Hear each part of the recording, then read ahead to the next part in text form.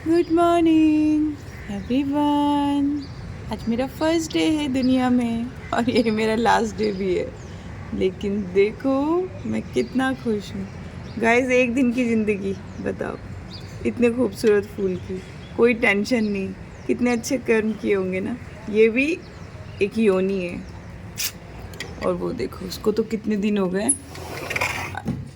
ये जो मुंबई की विंडोज़ होती है ना, इनको खोलना थोड़ा सा डिफ़िकल्ट होता है, पता ही नहीं चलता स्लाइडिंग में। ओके, ये देखो, आज ये 3 है और वो बड़ा वाला तो काफ़ी दिन रहेगा। और ये तो भाई, इसकी जीवन जो है सिर्फ एक दिन का होता है। आज मैं कभी भी फूल तोड़ के भगवान जी को नहीं चढ़ाती हूँ गाइस, लेकिन आज मैं सोच रही हूँ ये बप्पा को चढ़ा दूँगी। हाँ, पार्थू गया स्कूल, आज अपने आप ही गया है। एंड अनूप के पैरों में आ गई है मोच, बहुत ही खतरनाक तरीके से, बहुत ही खतरनाक तरीके से। कल गड्ढे में इनका पैर ऐसे मुड़ गया, वो देखो। मैं मना कर रही हूँ कि अब आप कुछ काम नहीं करोगे, आज आप रेस्ट करोगे, मैं करूँगी। Good morning everyone. तो पार्थू तो आज अपने आप ही नहा के गया और आज बहुत ही टफ पेपर है यार, मराठी। मतलब मैंने कल पूरा दिन शूट नहीं किया मराठी का जो। हाँ, आप भी बताओ अपना। ये देखो कैसे कैसे चल रहे हो, चल के दिखाओ। कुछ बताना चाहोगे अपने पैर के बारे में? बाबा, ये राइट वाला पैर हाँ आज तक ठीक था, जीवन में मजबूत था। इसमें कई बार ऐसे ऐसे हुआ लेकिन कभी नहीं होता था। हाँ, मैं ऐसे सोच रहा था कि अगर अट्रैक्ट कर रहे थे उसको आप। हाँ, और वो जूता मेरे को परेशान कर रहा था। आपको जो पता तो था लाउड से नीचे घुस गया था। वही है ना, चीजें हमें बताती हैं कि ऐसा मत करो। वो बार बार इंडिकेशन दे रही थी लेकिन हम उसको करते क्योंकि नहीं। ऑलरेडी मेरे लेफ्ट हैंड में है। हाँ। मैंने वो भी पीछे पता है क्या होता, फिजियोथेरेपी वाले को दिखाया था उन्होंने, नीडल वाला वो किया था ना, उसके बाद इनका 2 साल है ना, वो जडेजा जडेजा जी से ना, तो वो 2 साल इनको कुछ भी नहीं हुआ, एकदम गायब हो गया। और इस बार जब ये काशी गए थे, दोबारा से इनका पैर ऐसा हुआ और फिर से वो चीज़ वापस आ गई। तो जिस डॉक्टर ने किया था ना, वो डॉक्टर यहाँ नहीं है, और बाकी नीडलिंग और किसी को आती नहीं थी वहाँ पे जहाँ पे से हमने करवाया था। अब उनके दूसरे पैर में भी हो गया ऐसा। तो तू तो गई हो।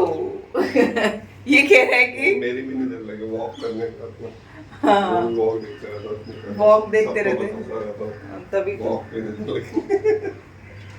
पता नहीं कितनी हजार वॉक करते हैं। ये भी बीमारी है, पता है, लोग जिनको आदत पड़ जाती है, मैंने देखा है, वो बस यही करते रहते हैं। तभी फोन हिलाते रहते हो क्या ऐसे करके? हैं, स्टेप्स बढ़ाते हो क्या? चलो, तो गाइस बस।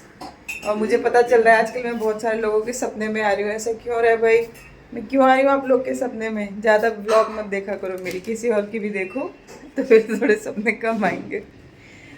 देखो, मिलना तो बहुत आसान है, मिलने में क्या है। आपने लिखा कि मुझे आपसे मिलना है सीमा, तो मिलना तो बहुत ईजी है मुझसे। और लेकिन बात ये है कि फिर एक जने के लिए आऊँगी तो बाकी सबका क्या? फिर से वही बात होती है, फिर बाकी सबका क्या? तो ऐसा होता है कि मन मेरा भी बहुत होता है, लेकिन मैं थोड़ी सी बंधी हुई हूँ। लेकिन ऐसा नहीं है कि मैं मिलूँगी नहीं। कभी मैं सिद्धिविनायक गई गुड़िया, तो मैं ज़रूर ज़रूर कोशिश करूँगी कि तुम्हें बता दूँ कि 2 दिन पहले अगर मुझे पता होता है तो। वरना अनूप एकदम से बोलते हैं उठो उठ चलो, तो उस चीज़ के लिए मैं नहीं बता पाऊँगी। लेकिन कभी मुझे ऐसा पता चला कि मैं सिद्धिविनायक जा रही हूँ तो मैं ज़रूर ज़रूर तुम्हें बताऊँगी। तो तुम मुझसे वहाँ मिलने आना, मंदिर में या तुम्हारे नियर बाय जो भी होगा मुझे बताना।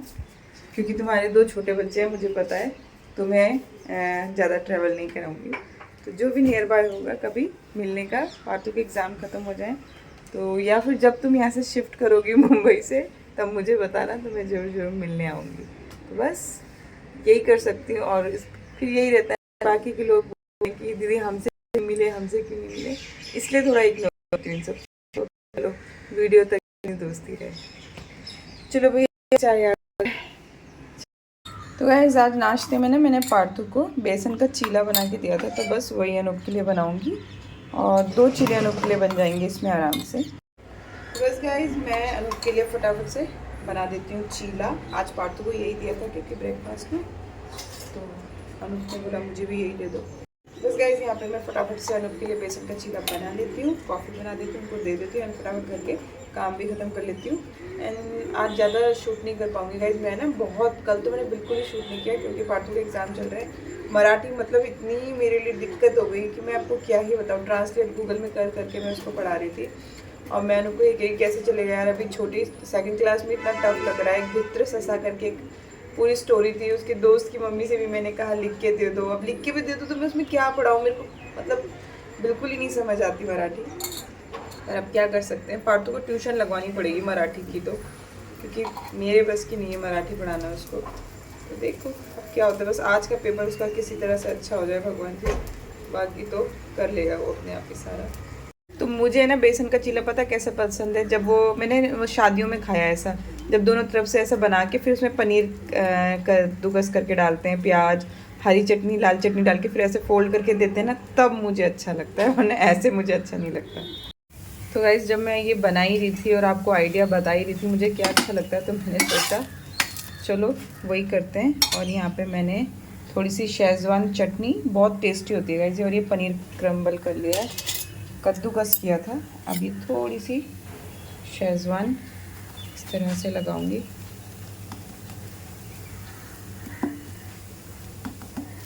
और ये गया पनीर।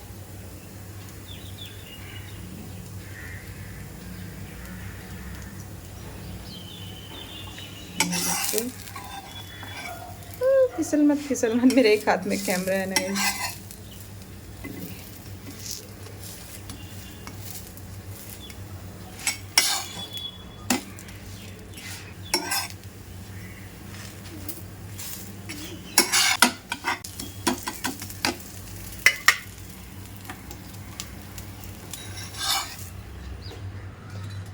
तो ये 1 और ये 2, ये चटनी अगर अनुप को चाहिए होगी तो ले लेंगे। बन चुका है ब्रेकफास्ट। बाबू लो। तो गाइस आज अनुप को बेड पे ही दे रही हूँ क्योंकि नीचे ये बैठ नहीं पाएंगे, मैंने कहा इसी में खा लो। और कैसा लग रहा है? बढ़िया बढ़िया। तो ये गाइस घर के सारा काम हो गया। आज पार्थू के कर्टन भी चेंज कर दिए मैंने, और ना एक्चुअली मेरे पास अब ज़्यादा हो गए थे ये वाले कर्टन, तो मैंने चेंज कर दिया। और मेरा दिमाग में एक आइडिया आ रहा है, रुको ऐसे दिखाती हूँ। तो गाइस मेरे दिमाग में एक आइडिया आ रहा है, क्योंकि अब ये बहुत पुराने हो गए हैं, आई थिंक 3-3.5 साल से ज़्यादा ही हो गए हैं ना इन कर्टन को। अब वो बात नहीं रही इनमें, तो मैं सोच रही हूँ इनको कलर कर देती हूँ। पार्थू से मैंने पूछा 1 मिनट, तो बोला मम्मा मुझे स्काई ब्लू कलर पसंद है, तो मैं सोच रही हूँ इसमें स्काई ब्लू कलर एक पक्का रंग करके आता है, वो मंगा के डाई कर देती हूँ इनको, एंड प्रेस करा के जहाँ जहाँ इसके वो गोल गोल निकल गए वो सब लगवा के देखते हैं क्या बनता है। और अगर किसी ने किया है वो कलर तो मुझे बताना, छूटता तो है तो नहीं कहीं। तो बस हो चुका है मेरा काम। यहाँ पे भी पूरी कर दी क्लीनिंग। आज थोड़ा सा पौधों को गुड़ाई करने का मन है मेरा, और थोड़ा उसमें नॉर्मल जो खाद होती है ना वो भी डाल देती हूँ। बस खाना ही बनाने जा रही थी। ये देखो कपड़े लगा रखे हैं, यहाँ पे भी सारा क्लीन कर चुकी हूँ मैं। अनुप जा रखे हैं उधर, चले गए अपने ऑफिस, और वहीं से शायद डी-मार्ट भी जाएंगे। यहाँ पे मैंने आज राजमा भिगाए थे क्योंकि पार्थू मुझे कल से बोल रहा था मम्मा आप राजमा बना देना, उसको राजमा पसंद है। बस भिगा दिए थे सुबह ही, अब जा रही हूँ इनको चढ़ाने के लिए।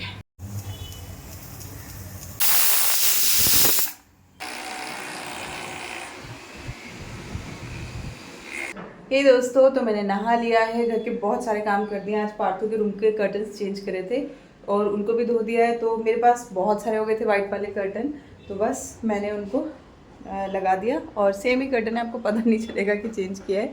और बस धोना, एक बार कपड़े नॉर्मल धो चुकी हूँ, अब एक बार कर्टन बेडशीट जो उसके कमरे की चेंज की थी वो सब लगाई है।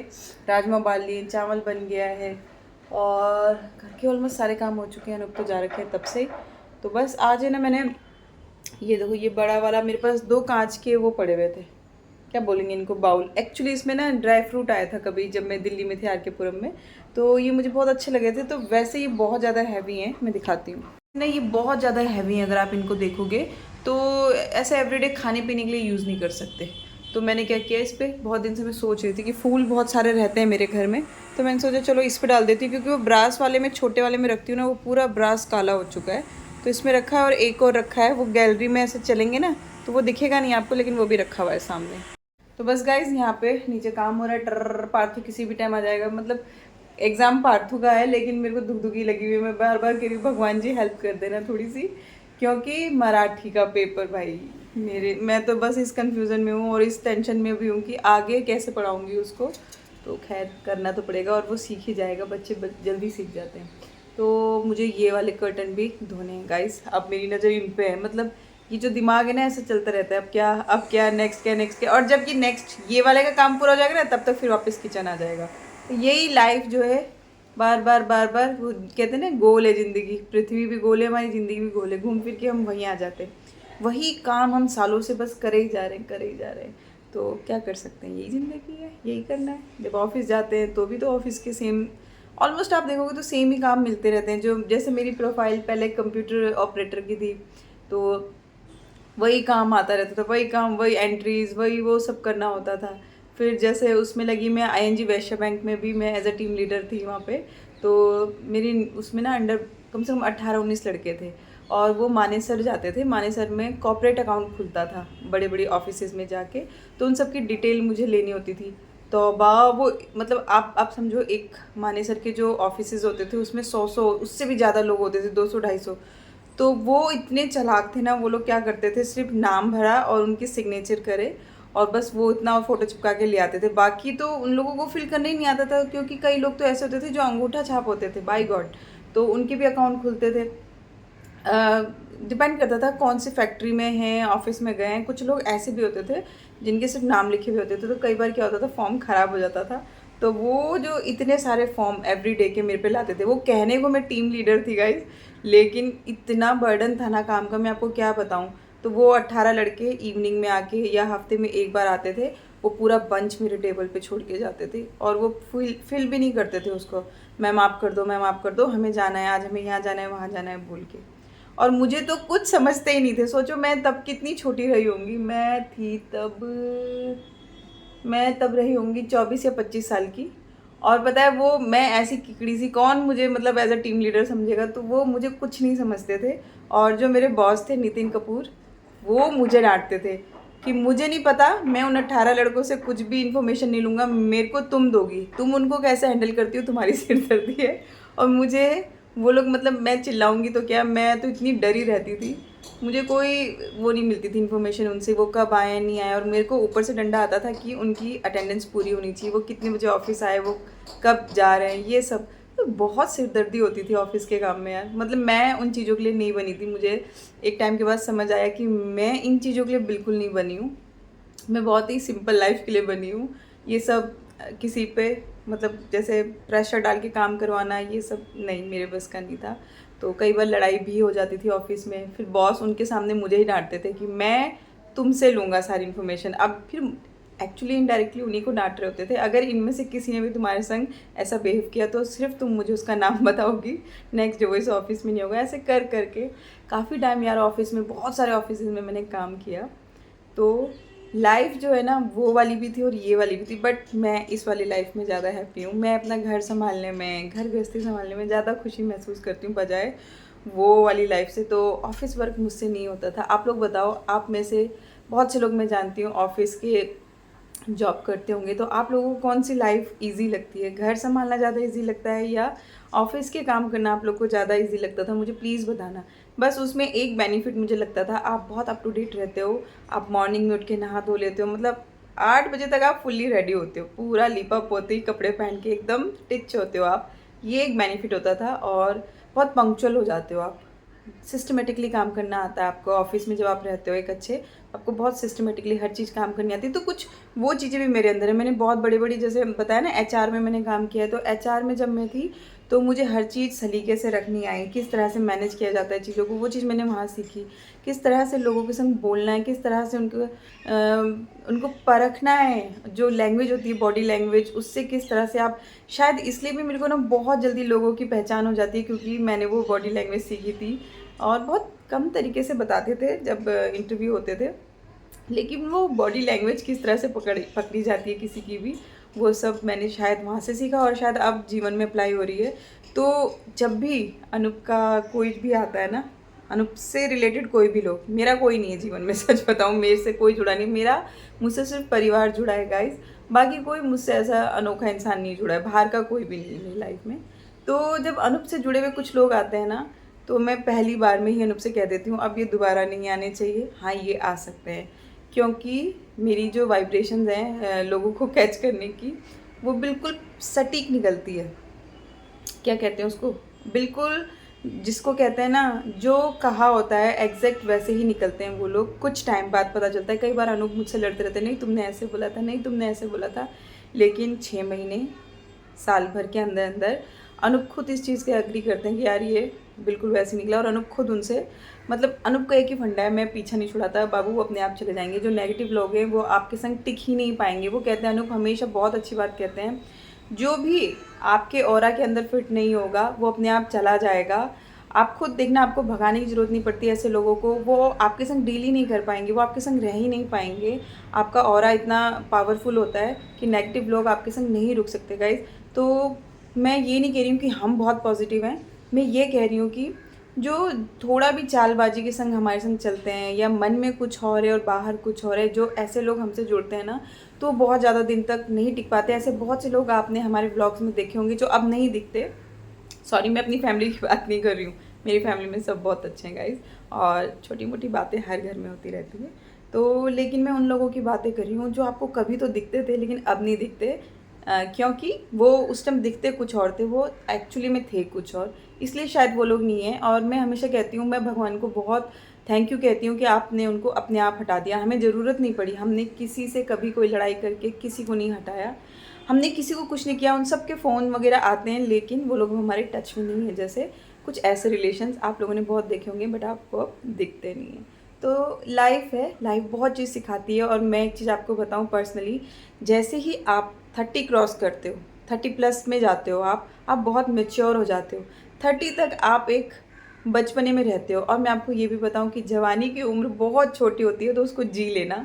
जवानी आपकी, आप कह लो 18-19 से शुरू होती है एंड 30 तक ख़त्म हो जाती है। तो कुछ 12-13 साल की आपकी जवानी होती है। मैं ये नहीं कह रही हूँ कि आफ्टर 30 प्लस लोग बूढ़े होते हैं, नहीं, वो मैच्योर हो जाते हैं गाइज। उनको दुनियादारी समझ आने लगती है, वो लोगों को अपने आप डील करने लगते हैं, उन्हें समझ आने लगता है कि क्या अच्छा है क्या बुरा। अगर वो अपने पेरेंट्स की भी सलाह मशवरा नहीं ले रहे हैं तो भी उनको खुद को समझ आता है, वो बहुत चीज़ें जानने लगते हैं। वो एक एक्सपीरियंस लाइफ का आपको सिखा देता है। तो शायद मैं गलत भी हूँ, शायद मैं सही भी हूँ। जो 30 प्लस है वो इस चीज़ को बता सकते हैं, क्योंकि अपने आप को 30 से पहले इमेजिन करो और अपने आप को 30 के बाद आप इमेजिन करके देखो, तो आप पाओगे कि आप ज़्यादा पावरफुल हो, ज़्यादा आप मैच्योर फील करोगे अपने आप को। तो एज ऑब्वियसली आपको सिखाती ही है। तो बस गाइज, जीवन बहुत कुछ सिखाता है, एवरी डे सिखाता है, हर पल सिखाता है। और बहुत सारे लोग हमारे जीवन में ऐसे आते हैं जो हमें लगता है oh my God, thank God ये आए, लेकिन कुछ पल बाद ही आपको रियलाइज़ होता है कि भगवान ये क्यों आए और आप बचाओ हमें। ऐसे भी लोग जीवन में आते हैं, तो सबके संग डील करना पड़ता है, सबके संग। बस मैं ये कहूँगी कि किसी के भी संग खराब करके नहीं छोड़ना। बहुत अच्छे तरीके से हैं, वही जैसे मैं हमेशा कहती हूँ कि 2 तरीके हैं, या तो आप लड़ झगड़ लो या अपनी बात उसी बात को प्यार से कह लो, बात सेम ही रहती है। एक में दिल कम दुखता है और एक में आप बहुत ज़्यादा दिल दुखाते हो। तो दिल दुखाने का परिणाम हमेशा हमें भुगतना पड़ता है। और अगर दिल नहीं दुखा के पोलाइटली प्यार से अपनी बात कह देते हैं तो चलता है, दूसरों को समझ आता है धीरे धीरे कि शायद वो गलत थे या हम गलत हैं। तो इस तरह से बस गाइज, मैं ज़्यादा व्लॉग नहीं बनाऊंगी, इसलिए मैं ज़्यादा चिट चैट कर रही हूँ, क्योंकि अब पार्थू आने वाला है। मैं जा रही हूँ राजमा बनाने, और इसके बाद मुझे पार्थू का कल कंप्यूटर का पेपर है, तो मैं पार्थू को कंप्यूटर पढ़ाऊँगी। और इसीलिए मैं बहुत ज़्यादा व्लॉग शूट नहीं कर रही हूँ। कल मैंने बिल्कुल शूट नहीं किया, और इसलिए मैं आज ज़्यादा बता रही हूँ, बकिया रही हूँ, क्योंकि मैं इसको एडिट करके आपको टाइम से 6-7 बजे तक ये पहुँच जाएगी, वरना पूरा दिन शूट करूँगी तो फिर आज व्लॉग नहीं आ पाएगी। तो आई एम सॉरी, बट ठीक है यार, जैसी जो दिनचर्या है वैसे आपको दिखा दे रही हूँ। होप आप लोग समझोगे। पार्थू के एग्ज़ाम होने तो मैं सोच रही हूँ पार्थू और मैं किसी ट्रैवल पे जाएं, और किसी नहीं, मैं आपको सच सच बताऊँ तो मैं शिरडी जाना चाह रही हूँ बहुत टाइम से, और मैं पार्थू को लेके जाना चाहती हूँ। सोलो ट्रिप तो नहीं होगी खैर, पार्थू के संग जाऊँगी तो, लेकिन देखो पता नहीं जा पाती हूँ कि नहीं जा पाती हूँ। बाबा बुलाएंगे तो ज़रूर जाएंगे, अब ये तो बाबा के ऊपर है। तो मेरा मन है शिरडी जाने का पार्थू के संग, कि मैं शिरडी होके आऊँ। और चलो देखते हैं क्या होता है। 1 मार्च से पार्थू के एग्ज़ाम ख़त्म हो जाएंगे, फिर हम थोड़ा सा इंजॉय करेंगे लाइफ को। चलो गाइज, इस व्लॉग को अब हम यहीं एंड करते हैं। मिलेंगे कल और एक नई दिनचर्या के संग। तब तक लब्बो ऑल, आप सब खुश रहें, आप सब स्वस्थ रहें, ऐसी मैं प्रार्थना करती हूँ, ऐसी मैं कामना करती हूँ। बाय बाय सभी मेरे दोस्तों को, खुश रहें आप सब, बाय। अच्छा, वीडियो अच्छी लगी तो लाइक और कमेंट जरूर करना। आजकल कमेंट बहुत कम आ रहे, कहाँ है मेरी सखियाँ, कहाँ है मेरे सखा और सखियाँ, दोनों कमेंट करो। बाय।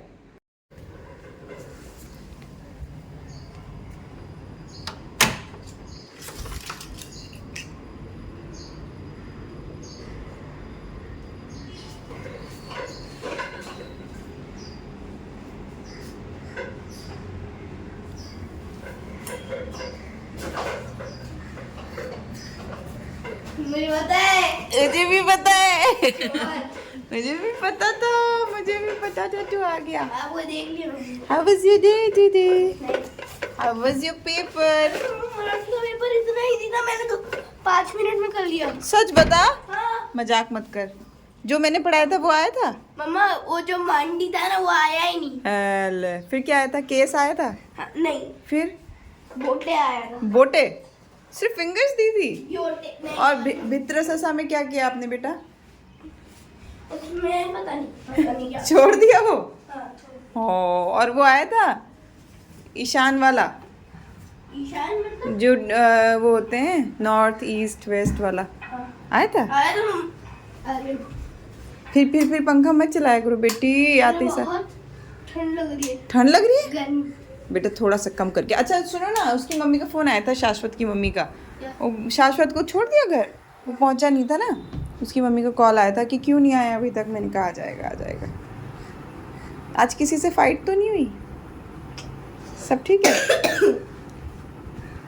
बुड्ढे बाबा हो क्या? जब देखो खांसते ही रहते हो हैं? ये कौन है? ये तेरी मम्मी है। छी। ये देख, इतनी सुंदर ब्यूटीफुल एकदम। नहीं, आप नहीं हो। मम्मी ब्यूटीफुल है? नहीं, मम्मी ब्यूटीफुल है? आप महा ब्यूटीफुल हो। कोतरेली। चल। और मैं कैसा हूँ? तू तो नीरा गंदा ठुस। एकदम बेकार फुस। मोटू है ये समोसा। हाँ, समोसा है ये समोसा। मोटू पतलू का समोसा पता है कौन है? वो तू है, तू तिकोन समोसा आलू वाला। चल आजा, आज मैं राजमा बनाऊंगी, आजा।